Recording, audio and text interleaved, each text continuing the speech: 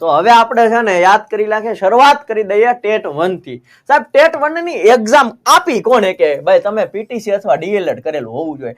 2 વર્ષ એટલે 12મા પછી 2 વર્ષનો કોર્સ છે, ડિગ્રી કોર્સ છે. ઓકે, 2 વર્ષ તમે આ પીટીસી કે ડીએલએડ કરી દીધું હોય તો તમે ટેટ 1 ની એક્ઝામ આપી શકો. તો તમે ટેટ 1 ની એક્ઝામ આપી શકો. સાહેબ મને યાદ છે ને 63,000 પ્લસ ભરતી છે. ઓકે, ખાલી પાસ થશો ને તોય લાગી જશો. ઓકે, પાસ કેટલા માર્કે હોય સાહેબ? 150 માર્ક્સ નું પેપર હોય. ઓકે, કેટલા માર્ક્સ નું પેપર હોય? 150 માર્ક્સ નું પેપર હોય ટેટ 1 નું. અને એમસીક્યુ બેઝ પેપર હોય પાછું. મેન્સ બેન્સ આવી નથી, મેન્સ બેન્સ નથી આવી સાહેબ. ઓકે, આમાં સમય કેટલો મળે સાહેબ? 120 મિનિટનો. ઓકે, આની અંદર સાહેબ 120 મિનિટનો સમય મળે. પાસ કેટલા માર્કે હોય? તો કે જનરલ વાળાને પાસ હોય 90 માર્ક્સે. ઓકે, અને કેટેગરી વાળા હોય તો કેટેગરી વાળાને પાસ કેટલા માર્ક્સે હોય? 82 માર્ક્સે.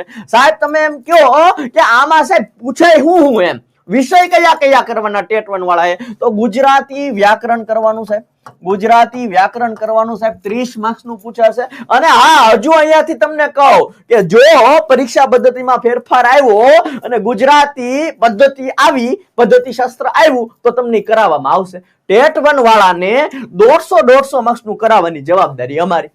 ઓકે, પછી આવે છે અંગ્રેજી વ્યાકરણ. ઓકે, પછી આવે છે મનોવિજ્ઞાન, શિક્ષણ, વર્ગ વ્યવહાર અને બાળ વિકાસ. ખાસ ધ્યાન રાખજો, બાળ વિકાસ આવે છે. સૌથી વધારે બાળ વિકાસ ઉપરથી ક્વેશ્ચન પૂછાય છે. મનોવિજ્ઞાન ઓછું પૂછાય પણ પૂછાય કરવાનું. ઘણાને એમ હોય કે મનોવિજ્ઞાન ન પૂછાય. મનોવિજ્ઞાન પૂછાય પણ કરવાનું. અને આમાં તમને શિક્ષણ અને વર્ગ વ્યવહારનો પોર્શન જે છે એ હું લેવાનો છું. ઓકે, અંગ્રેજી સંદીપ સર લેવાના છે. રીઝનિંગ જે છે, રીઝનિંગ પ્લસ ગણિત, આમાં સૌથી વધારે 25 માર્ક્સ નું ગણિત. ઓકે, 25 માર્ક્સ ની આજુબાજુ. ઓકે, ગણિત વધારે પૂછાતું હોય 30 માંથી, અને 5 માર્ક્સ નું તમને રીઝનિંગ પૂછાય. રીઝનિંગ જે છે એ તરુણ સર લેશે. આ ગણિત જે છે એ હું લેવાનો છું. ઓકે, એ 30 માર્ક્સ નું છે. સ્પેશિયલ જીકે પૂછાય. ઓકે, આ સ્પેશિયલ જીકે માં જે સામાન્ય વિજ્ઞાનના થોડાક ટોપિક છે એ અકરમ સાહેબ લેશે અને બાકી બધા ટોપિક જે છે એ પ્રશાંત સર લેવાના છે. અને આ પર્યાવરણ કોણ લેવાનું છે? ટેટ 1 માં પર્યાવરણ ખૂબ મહત્વનું છે. ઓકે, કારણ કે આ પર્યાવરણ પૂછાય છે. તો આ પર્યાવરણ જે છે એ દિશાંત સર ભણાવશે. કોણ ભણાવશે?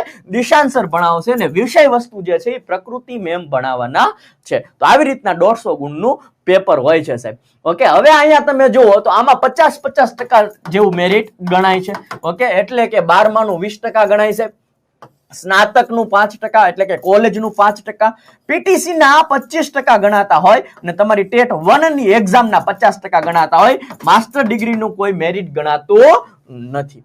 ડન છે. હવે સાહેબ અહીંયા સાહેબ અમારી એજ લિમિટ કેટલી, વય મર્યાદા કેટલી? તો કે વય મર્યાદા જે છે એ માત્ર ને માત્ર સરકારી શાળામાં હોય, અને આ મોસ્ટ ઓફ સરકારી શાળા જ હોય છે 1 થી 8 ની. બરોબર. તો જનરલ પુરુષ હોય ને, જનરલ પુરુષની એજ કેટલી છે સાહેબ? 33. જનરલ મહિલા જે છે એની એજ કેટલી? તો કે 38. ઓકે, કેટેગરી કોઈ પણ કેટેગરીમાં આવતા હોય, એસસી, એસટી, ઓબીસી કે ઈડબ્લ્યુએસ કેટેગરીના પુરુષ હોય તો 38. ઓકે, કેટેગરીમાં મહિલા હોય તો 43 વર્ષ. ઓકે, તમે દિવ્યાંગ છો તો 43 વર્ષ, દિવ્યાંગ મહિલા છો તો 45 વર્ષ. મેક્સિમમ એજ કેટલી છે? 45 વર્ષની છે. મેક્સિમમ એજ કેટલી છે? 45 વર્ષની છે. ટેટ 1 માં કોઈને ડાઉટ હોય તો તમે પૂછી શકો છો. ટેટ 1 ની અંદર કશો ડાઉટ હોય તો પૂછી શકો છો.